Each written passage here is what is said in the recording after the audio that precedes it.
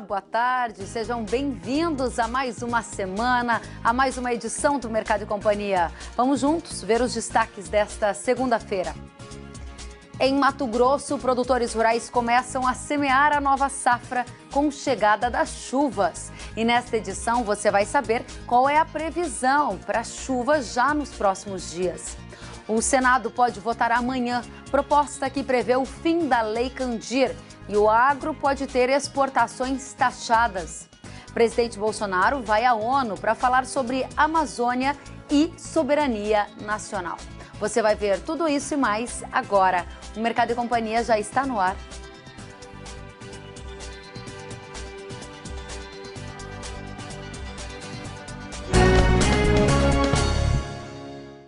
Em Mato Grosso, os produtores rurais começaram a semear a soja com a chegada das chuvas. Nós vamos ao vivo até Cuiabá, onde o jornalista Luiz Patroni conta pra gente em quais regiões os produtores estão mais animados por aí, porque a chuva chegou no fim de semana, Patroni. É isso mesmo, Kellen. Boa tarde para você, boa tarde a todos. A chuva chegou, a esperada chuva chegou. Mas assim, chegou à medida de que permite o plantio em algumas propriedades, o pessoal ainda bastante reticente, né? Plantando apenas nas áreas que realmente receberam a umidade necessária para esse início de cultivo e também não se empolgando muito, vamos dizer assim, nessas palavras, né? Até porque é preciso saber se essas chuvas, né, as precipitações, elas continuarão a contento, já que o tempo ficou durante muito tempo seco, né? Uma estiagem muito avançada, com mais de 120 dias aí em várias regiões do estado. Aqui em Mato Grosso já há registros de plantio em todas as regiões, segundo o monitoramento feito pelo IMEA. Claro que em boa parte dessas regiões esse registro foi feito justamente nas áreas de pivô, né? E não nas áreas de sequeiro. Do fim de semana para cá, com a chegada das chuvas aí de maneiras pontuais em várias regiões, vários produtores sim já começaram a dar sequência, a dar início, de fato, ao plantio também nas áreas de sequeiro. Agora pela manhã a gente conversou com vários produtores em várias regiões aqui de Mato Grosso. Muitos nos mandaram alguns depoimentos e também imagens, registros desses plantios realizados agora. E a gente vai rodar essa mini reportagem mostrando um pouquinho da expectativa em pelo menos 3 regiões aqui de Mato Grosso. Vamos ver esse registro então agora, olha só. As plantadeiras já começaram a fazer barulho na Fazenda Letícia 2, em Campos de Julho, oeste de Mato Grosso. Por lá, choveu na última sexta-feira e o cultivo começou no sábado. Até aqui, pouco mais de 5% da área que será destinada à soja foram semeados na propriedade. Optamos por iniciar, pois já tinha um acumulado de uns 130 milímetros de chuvas anteriores e deu uma segurança até boa para a gente começar. Hoje, segunda-feira, estamos com uns 200 hectares plantados, mais ou menos, num total de 3.360, que vai ser plantado na área. E estamos na expectativa aí, se chover mais, vamos continuar o plantio, senão vamos dar uma segurada e esperar a chuva. Em Sorriso, no médio norte do estado, a chuva desta noite garantiu o sinal verde para o plantio da safra em algumas fazendas, como na do agricultor Luimar. Logo cedo as máquinas já saíram da sede e foram para os primeiros talhões onde serão feito o plantio.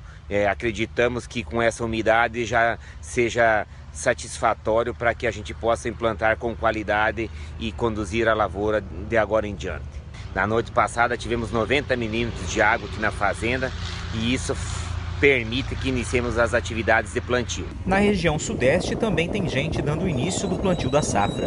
Essa imagem mostra os primeiros movimentos na Fazenda Vitória, em Campo Verde. Mas lá, o cultivo é feito apenas na área de pivô. Nas áreas de sequeiro, ainda está faltando umidade. Aqui em Campo Verde não choveu ainda como a gente esperava.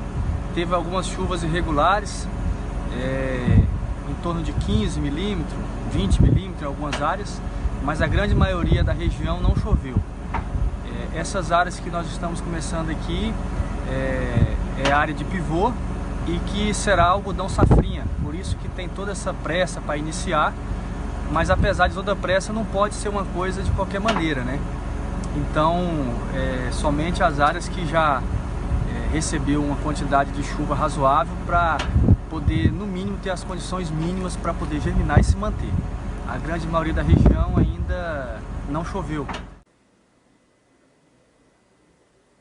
Muito bem, Kelly, um registro deu para entender um pouquinho da realidade aqui no estado, né? Agora há pouco conversava com mais alguns agricultores aqui, pessoal ali de Sorriso também, o Laércio Lenz, produtor lá, dizendo que chegou a chover alguma coisinha na fazenda, tá dando uma vontade de plantar, mas ele ainda prefere esperar um pouquinho mais estabilidade das chuvas. O Elton Zanella, lá na região oeste do estado, também disse que tem umidade suficiente para plantar cerca de 300 hectares da área total dele, e se não chover mais, ele vai plantar apenas essa área, não vai querer arriscar aí em áreas onde ainda não choveu o necessário. Então o pessoal está bastante cauteloso aqui para iniciar a safra de fato da maneira mais segura, né, com o pé direito aí no acelerador do trator. Olha só, aqui em Mato Grosso, segundo o IMEA, a área total cultivada até a última sexta-feira foi de 0,28%, né, menos de 0,5% então dos 9.722.000 hectares. No ano passado, quando o plantio foi bastante acelerado, porque tinha muita chuva nessa fase inicial, o cultivo já chegava a 0,8%, quase 1%, como a gente ouviu agora no relato também da consultora agora há pouco, falando sobre o ritmo aqui em Mato Grosso. Claro que o ano passado foi um ano atípico, em que o plantio foi muito acelerado. Esse plantio no ritmo de agora está totalmente dentro da média dos últimos anos aqui em Mato Grosso. Kelly. O plenário do Senado Federal pode votar amanhã uma proposta de emenda à Constituição que acaba com as isenções de ICMS para exportação de produto não industrializado e semi-elaborado. Na prática, o projeto acaba com a Lei Candir, que beneficia as vendas externas do agro. A matéria tem apoio de vários senadores e do presidente da Casa, Davi Alcolumbre, e faz parte do Pacto Federativo para fortalecer a economia dos estados. No entanto, o texto enfrenta a resistência, principalmente dos parlamentares ligados ao setor agropecuário. Vamos até Brasília saber como é que estão os bastidores para esta votação prevista para amanhã. A condição desse texto ser aprovado e chegar ao fim, a Lei Candir. Rafael Valendorf, boa tarde. Oi, Kellen, boa tarde a você, a todos que acompanham o Mercado e Companhia. Bom, a chance existe e a chance é grande. Isso porque a proposta, a PEC 42, essa que a gente fala, ela é encabeçada pelo senador Antônio Anastasia, mas apoiada por outros 28 senadores. E como você falou aí também, apoiada pelo presidente da Casa, Davi Alcolumbre. A gente vê também um alinhamento muito grande do Senado com o Ministério da Economia para acabar com alguns benefícios, né, e fortalecer os estados, o chamado Pacto Federativo. O que essa PEC traz? Ela acaba com as isenções, com as desonerações de ICMS nas exportações de produtos semi-elaborados, não industrializados, entre eles os produtos primários que vêm do agronegócio, principalmente os grãos, né? Aí, um dos principais produtos da balança comercial brasileira. Acaba com a Lei Candir. O objetivo dos senadores que defendem essa proposta é dar autonomia aos estados. Eles falam que os estados vêm tendo perdas significativas com essas desonerações, uma vez que a União não está fazendo a recompensa, não está ressarcindo o caixa deles.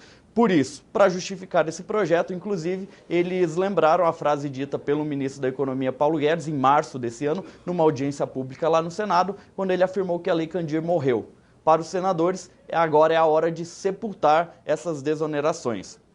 O relator dessa proposta é o senador veneziano Vital do Rego. Ele ainda não apresentou o relatório, ou seja, a gente não sabe se ele é contra ou a favor disso. Na semana passada, a diretoria da CNA se reuniu com o senador para mostrar ali os números, a importância da manutenção da Lei Candir das desonerações do ICMS para as exportações. Além do setor, os parlamentares aí ligados ao setor agropecuário e também de estados produtores estão preocupados. Conversei mais cedo hoje com o senador Wellington Fagundes, do PL do Mato Grosso, e ele falou que seria muito ruim acabar com a Lei Candir sem definir como vai ficar a reforma tributária. É o momento que as duas casas, Câmara e Senado, estão discutindo reforma tributária e esse tema deveria ser debatido lá dentro e não nessa proposta à parte. Ele disse que vai ter discussão sobre isso, amanhã é possível que na reunião de líderes eles tentem retirar isso da pauta do plenário, mas ele também vê uma pressão muito grande de uma ala de senadores e também dos governadores dos estados para que essa PEC seja realmente votada.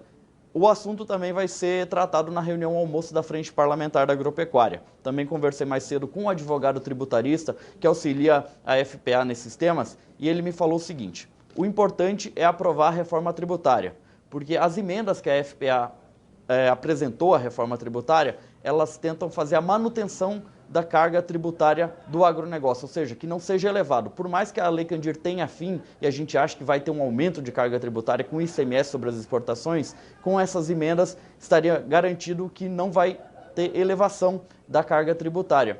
Porque ele fala o seguinte: na reforma já faz a unificação dos tributos, já acaba com o ICMS. Então, como que a gente vai falar em manutenção de Lei Candir se o ICMS nem existe? Então, as emendas elas tentam garantir o seguinte, que haja isenções, que o setor seja tratado de forma diferenciada, redução de bases de cálculos e a concessão também de outros benefícios. A gente lembra também que é uma PEC, né, uma proposta de emenda à Constituição, precisa ser votada em 2 turnos, 2 vezes no plenário do Senado, depois ainda vai para a Câmara. É um caminho muito longo a se percorrer, mas a gente vê uma movimentação aqui em Brasília, né, alas de senadores, de pressão de governadores para realmente taxar o agronegócio. Kellen. Você que nos acompanha desde o início sabe que um dos temas mais importantes de hoje é a possibilidade da revogação da Lei Candir. A pauta estará no Senado amanhã e a Confederação da Agricultura e Pecuária do Brasil defende a manutenção da Lei Candir, que isenta as exportações de produtos agropecuários da cobrança do ICMS. Segundo um levantamento da CNA, uma possível taxação pode aumentar a carga tributária e impactar no mercado de commodities com uma redução de até 25% no preço da soja na região de Mato Grosso, por exemplo, recebida pelo produtor. Vamos conversar com Renato Conchon, que é coordenador de assuntos econômicos da CNA e que tem os detalhes. Conchon, muito boa tarde. Caso a Lei Candir seja revogada, o primeiro impacto é: o produtor brasileiro vai receber menos dinheiro, vai ter uma redução na remuneração? Correto. Boa tarde, Kellen. Boa tarde a todos que nos acompanham. Você está certa. A CNA está trabalhando com muita atenção, com muita preocupação, essa possibilidade de revogarem a Lei Candir. Basta lembrar que a Lei Candir é muito importante para o setor agronegócio brasileiro, mas é importante para a macroeconomia nacional também. Então, nesse primeiro momento, a gente vê 2 impactos. Caso a Lei Candir seja revogada, o primeiro impacto é para produtos commodities, por exemplo, a soja, tem a reduzir os preços pagos no mercado interno para o produtor rural.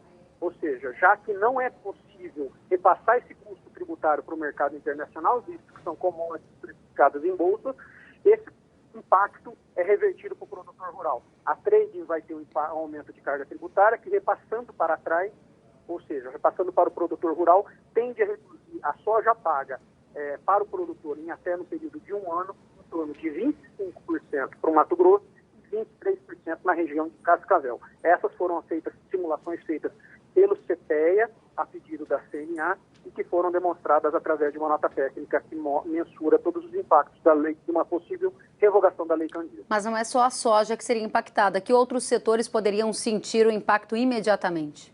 Olha, Kellen, veja só, nós fizemos um levantamento no sentido, como eu falei, produtos commodities existe o risco iminente do custo ser revertido para o produtor rural, ou seja, de trás para frente.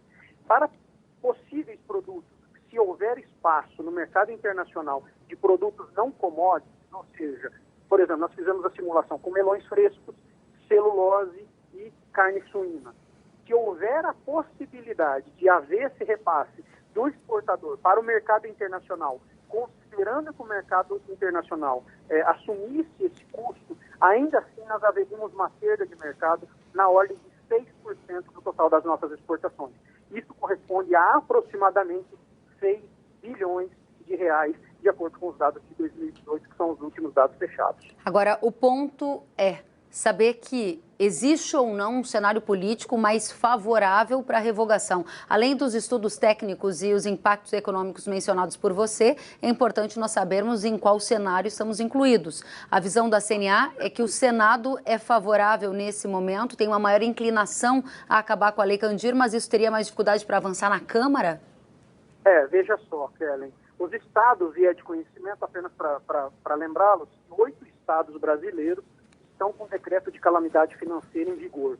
Isso significa que eles estão com dificuldades financeiras muito severas. E existe a necessidade, do ponto de vista deles, de aumentarem a receita do seu estado. E uma das medidas é tributar as exportações, que para nós é um total contrassenso. O que nós estamos vendo nesse momento é que são os estados, alguns governadores estão pressionando os seus senadores, os seus estados, para fazer uma revogação e permitir que os estados façam uma tributação de acordo com as suas necessidades, de acordo com os seus interesses. É o que a gente não quer.